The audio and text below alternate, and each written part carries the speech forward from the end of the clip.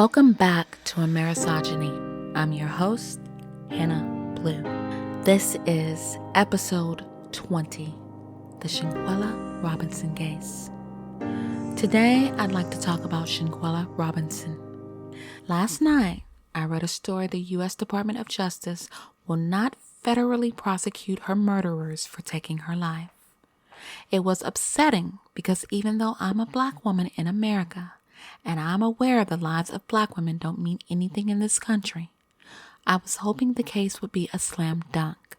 I mean, they had video evidence of a woman beating Shanquella, and Shanquella never fought back.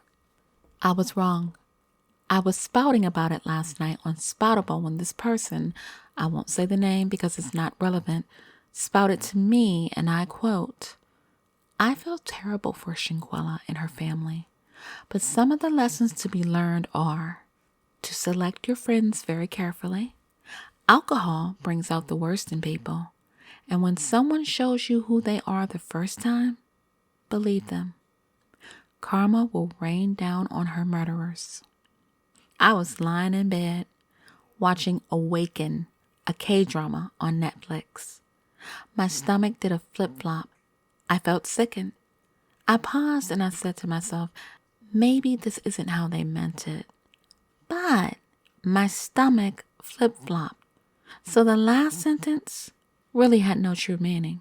Here I was questioning my own instinct when that's exactly what this person was doing.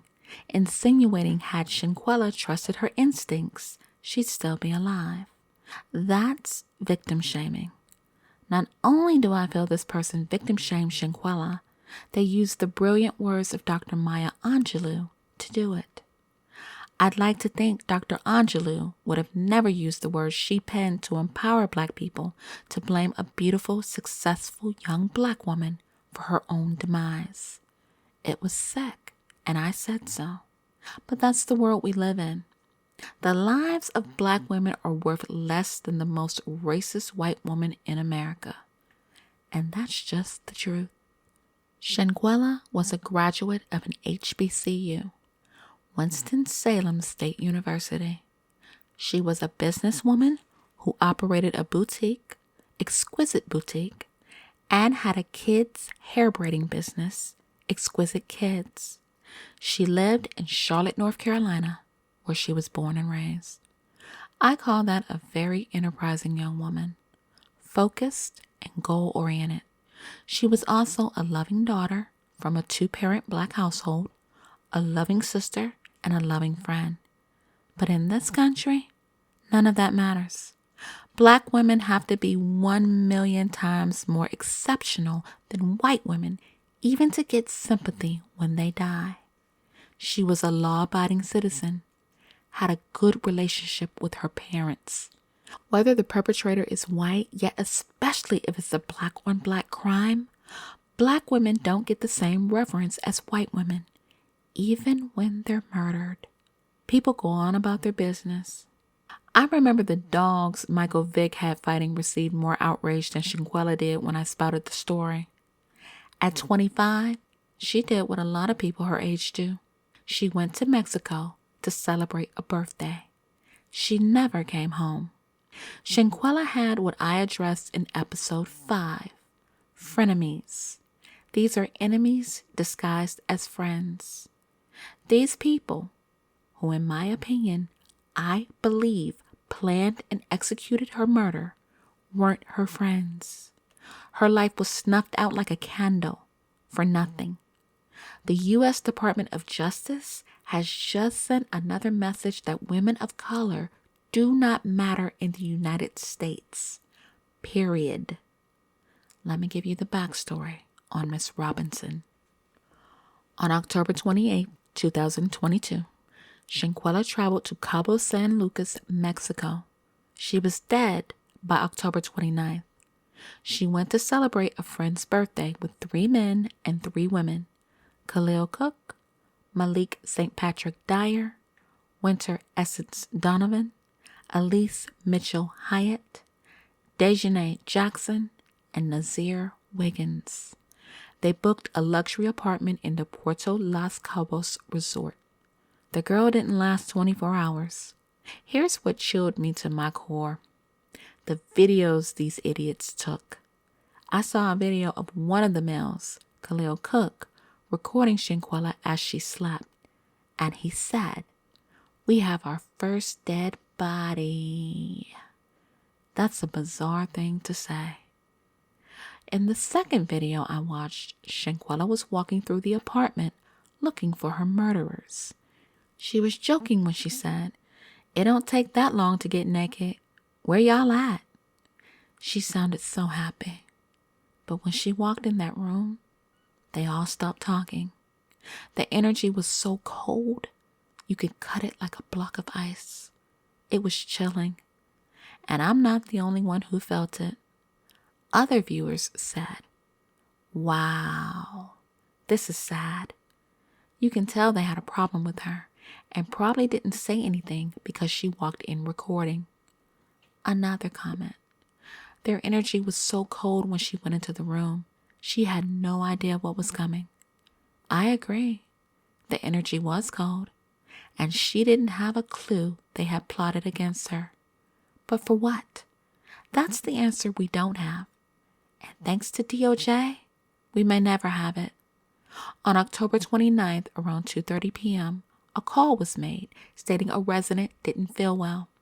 A doctor from the American Medical Center, Cabo San Lucas, was dispatched to the apartment. Here's where the sneakiness continued. This was after she was beaten and a doctor was called. One of the culprits called Shanquella's mother, Salamandra. The person told her Shanquella was sick and a doctor was coming. Dr. Carolina Beatriz Ornelas Gutierrez arrived and found a female in stable condition, but dehydrated, disoriented, unable to communicate, and appearing to be intoxicated. Her murderers told the doctor she drank a lot of alcohol. Now, the doctor wanted Shanquella to be admitted into the hospital, but the culprits said no, she should be treated at the apartment. Now, why do you think they didn't want Shanquella to go to the hospital? They knew what they had done, and if she went, they'd be found out and arrested.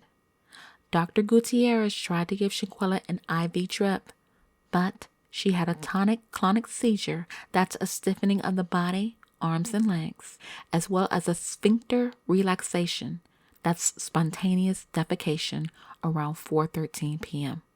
And that was about 1 hour after the doctor arrived. She started having breathing issues. An ambulance was dispatched around 4:20 p.m. Then she had a cardiac arrest. Paramedics arrived around 4:49 p.m. and tried to save her life, but she died. According to the police report, Shanquella was pronounced dead at 5:57 p.m. The police arrived at 5:25 p.m. and the doctor told them she had been dispatched for a young woman who had drank too much. She wanted to admit her to the hospital, but her friends said no to treat her at the apartment. The police then notified the Attorney General. Julio Daniel told the police to file reports and investigation forms before handing the case to ministerial police. The police report said a deceased person had died of alcohol poisoning with no observation of internal or external injuries. The U.S. State Department initially claimed Mexican authorities said there was no clear evidence she was murdered. However, the autopsy performed in Mexico stated a whole different story. Here's what the autopsy report said. Robinson died 15 minutes after suffering a severe spinal cord injury and an atlas luxation. That's a dislocation or separation of the skull base from the atlas bone, the first bone of the neck, the spinal column. The official cause of death was severe spinal cord injury and atlas luxation.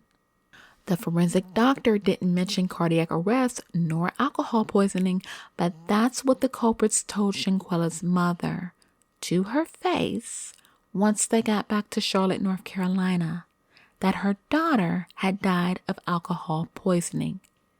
They went to her mother, knowing some of them stood by and watched while one of them beat this girl to death. How cold and sick is that? Her mother wasn't as dumb as they hoped she'd be. Mrs. Robinson told Good Morning America the family was suspicious of the friends after they all told her conflicting stories about what happened to her child. Some of them claimed a maid found her unconscious. Some said they called a doctor, while others said the apartment concierge called the doctor.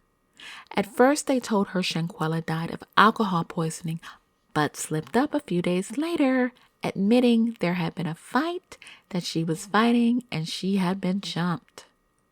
If you watch that video, Shanquella never fought back. You can hear a man's voice saying, "Can you at least fight back?" How horrifying that must have been for her. No one tried to stop the attack. Not one of her so-called friends tried to help her. Now back to the lies they told her mother. One told her they found Shanquella unconscious on the floor. Another claimed they found her in a bed, while another told her father, Bernard Robinson, they had found her in a chair. Shanquella's mother told CBS News the culprits told her Shanquella was ill from alcohol poisoning before the doctor even arrived. They had just told her they called the doctor. So how did they know what was wrong with her? Now, before the doctor arrived, her mother wanted her to be taken to the hospital, but one of the culprits lied to her, claiming her daughter's travel insurance was useless in Mexico, and the emergency room required $5,000 in cash to give medical attention to Shanquella. She became more suspicious after she paid to have her daughter's body brought back to Charlotte, North Carolina, and read the autopsy report showing the cause of death as a broken neck, not alcohol poisoning. Miss Robinson told Queen City News Shanquella's body had obvious signs of trauma: a bruised face, swollen eye, a busted lip, and a knot on her head. Had the Robinsons not had the money to bring Shanquella home and had no autopsy been done, they might have got away with it. But they just couldn't help themselves. They uploaded a video of the beating for clout, and what they got was national outrage. Their actions catapulted Shanquella's story on every major media outlet. Now let's talk about the video. I'd like to note Shanquella was naked while she was being beaten. If you watch the video, it is gut-wrenching. The attacker, whom some have identified as Dejanay, punched and kicked Shanquella while her friends watched. She repeatedly hit her in the head and forcefully yanked on her neck. She even threw her to the floor, beating her in the face and kicking her in the head. This woman is much larger than Shanquella was. Much.